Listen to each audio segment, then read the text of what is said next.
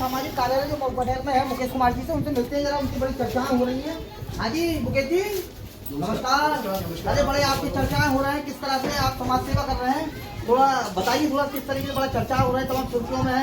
हमारी टीम आपसे थोड़ा जानकारी लेना है, किस तरह से बड़ी चर्चा हो रही है आपकी, किस तरह समाज सेवा कर रहे हैं, थोड़ा आज जानिए थोड़ा सा। आइए आइए कैमरा मैन से कहूँगा थोड़ा देखें, बड़ी चर्चाएं आपकी हो रही है, आप बड़ा समाज सेवा कर रहे हैं, किस तरह से समाज सेवा चल रही है आपकी मुकेश जी, किस तरह से आपकी समाज सेवा चल रही है? तमाम आप घड़ियां वगैरह दे रहे हैं, शॉल वगैरह वितरण कर रहे हैं, ये तस्वीरें तुम्हारी आपकी बयां कर रही है, किस तरह से समाज सेवा कर रहे हैं आप? देखिए समाज सेवा क्या है, जैसे कि समय के अनुसार सब कुछ किया जाता है। जब सर्दी का मौसम आता है तो जो गांव की विधवाएं महिलाएं होती हैं, सभी सम्मानित विधवा महिलाओं को शॉल वितरण, ये पिछले 2 साल से प्रोग्राम चल रहा है। इस गांव की प्रत्येक विधवा की ये दिया जाता है। रही बात बच्चों की, तो जो बच्चे 10वीं और 12वीं में पास होते हैं, सबके लिए हम उनको मनोबल बढ़ाने के लिए स्मार्ट घड़ी का वितरण करते हैं। अच्छा ये बताइए, जो समाज सेवा करते हैं उसमें कोई वैसा तो पक्षपात वाली बात नहीं होती, सही तरीके की समाज सेवा होती है, सबको एक पैरामीटर से नापते हैं या अपनी मनमर्जी से समाज सेवा होती है? जी आपने बहुत अच्छा सवाल किया है, और हर जगह समानता का हमने पूछा था, हमने कभी हमें मुकेश जी के यहाँ जाना जो समाज सेवक है, तो हमने हमारी टीम ने सोचा थोड़ा जायजा लेकर के आते हैं, किस तरह से मुकेश जी समाज सेवा करते हैं उसके बारे में थोड़ा जानेंगे, जिससे दर्शक आपकी बात को समझ सकें, क्योंकि आप तमाम चर्चाओं में रहते हैं। आपने अभी कुछ दिन पहले हमारे जो चैनल के माध्यम से उनकी मदद की है, नथुराज प्रजापति की, उसको लेकर भी आप तमाम सुर्खियों में हैं।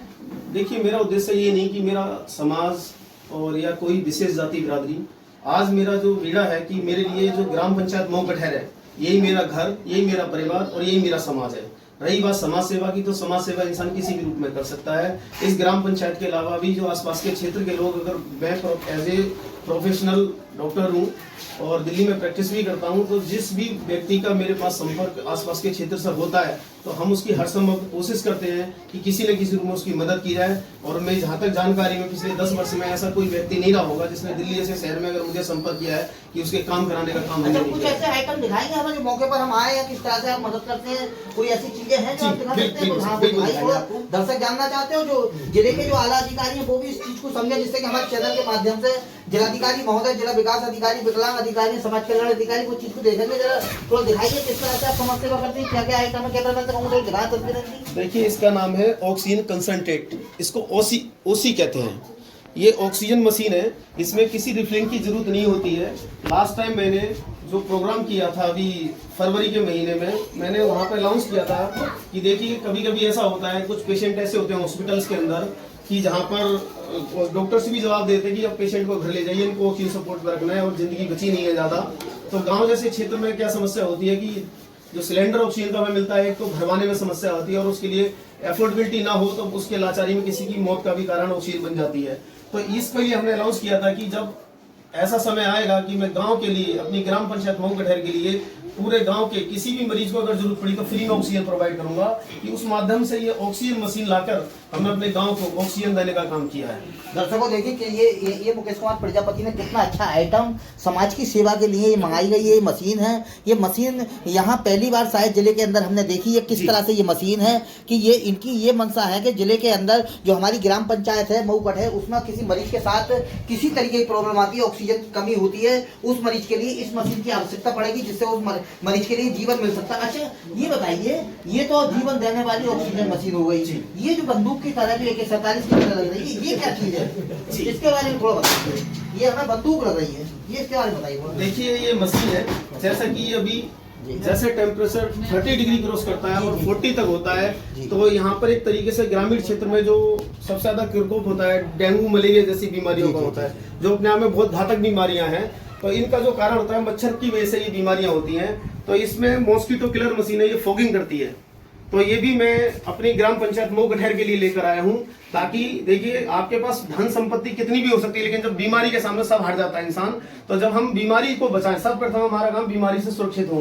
तो इससे मच्छर नहीं होंगे तो बीमारियां नहीं होंगी, बीमारी में तो लोग खुशी रहेंगे। तो इसलिए उस उपलक्ष्य में हमने एक मशीन का ये लगा। दर्शकों देखिए ये मुकेश कुमार प्रजापति है, ये मॉस्को पावर मशीन है, मॉस्को आउट मशीन है। इससे मच्छर मलेरिया किसी तरीके की भी है ना मरीज इससे दूर रहेगा। मरीजों की सेवा के लिए ये मॉस्को आउट मशीन लेके आए, ये जो है मच्छरों को नष्ट करेगी। दूसरी तरफ ये ऑक्सीजन मशीन है, जिसके लिए मरीजों के लिए लाए हैं, फ्री निःशुल्क सेवा के लिए लाए हैं। कितनी अच्छी मंशा के अनुसार ये समाज सेवा कर रहे हैं। और भी कई ऐसे प्रोजेक्ट हैं, जैसे वॉच मशीन है, टोल वगैरह है, और आपका क्या कहते हैं जो सॉल है, और कई एक मशीन और है, देखो ये दिखा रहे हैं, ये भी कोई मशीन है जिससे कि जो जनता है, जो समाज है, उस समाज के लिए कोई मशीन लेकर आए। इसके बारे में भी मुकेश जी बताएंगे। मुकेश जी ये क्या है? देखिए जैसे कि मच्छर का क्या सिस्टम होता है, जो जितने भी डेंजरस मच्छर होते हैं जैसे डेंगू मलेरिया, जी जी, जो एनाफिलीज मच्छर होते हैं, इनकी जो उड़ने की क्षमता होती है 2 से 3 फीट तक की होती है।